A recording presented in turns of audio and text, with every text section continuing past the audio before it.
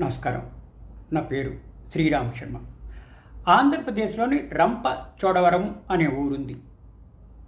అందులో ప్రిన్సిపల్ గారు girls ఇన్స్టిట్యూషన్లో discipline పేరుతో 50 నుంచి 100 గుంజీలు రోజు తీయించడం మొదలెట్టారు. ఇట్లా వారం రోజులు అమ్మాయిలని.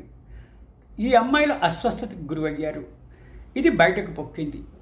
ఇట్లా ప్రిన్సిపల్ గారు ఇటువంటి గుంజీలు తీయించి అమ్మాయిలకి ఇట్లా అస్వస్థతకు గురి కావడానికి కారణం అయ్యారని అతని మీద డిసిప్లినరీ ప్రొసీడింగ్స్ ఇనిషియేట్ చేసింది గవర్నమెంట్ ఆఫ్ ఆంధ్రప్రదేశ్.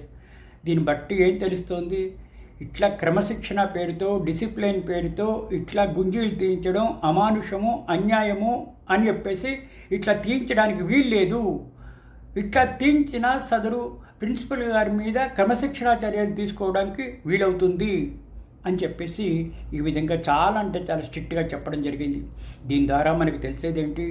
ఎవరైనా మేనేజ్మెంటు స్టూడెంట్స్ గొడవ చేశారని ఇట్లా క్రమశిక్షణ చర్యల కోసమని గుంజీలు తీయిస్తే పర్యవసానాలు చాలా తీవ్రంగా ఉంటాయి. మేనేజ్మెంట్ ఫేస్ చేయాల్సిందే, ప్రిన్సిపల్ గారు ఫెయిల్ చేయాల్సిందే. ఇట్లా ఎవరైనా ఎడ్యుకేషన్ ఇన్స్టిట్యూషన్లో ఉన్న టీచర్లు ఇట్లాంటివి చేస్తే వాళ్ళ మీద కూడా చర్యలు ఉంటాయి అని చెప్పడానికి ఇది చక్కటి ఉదాహరణ.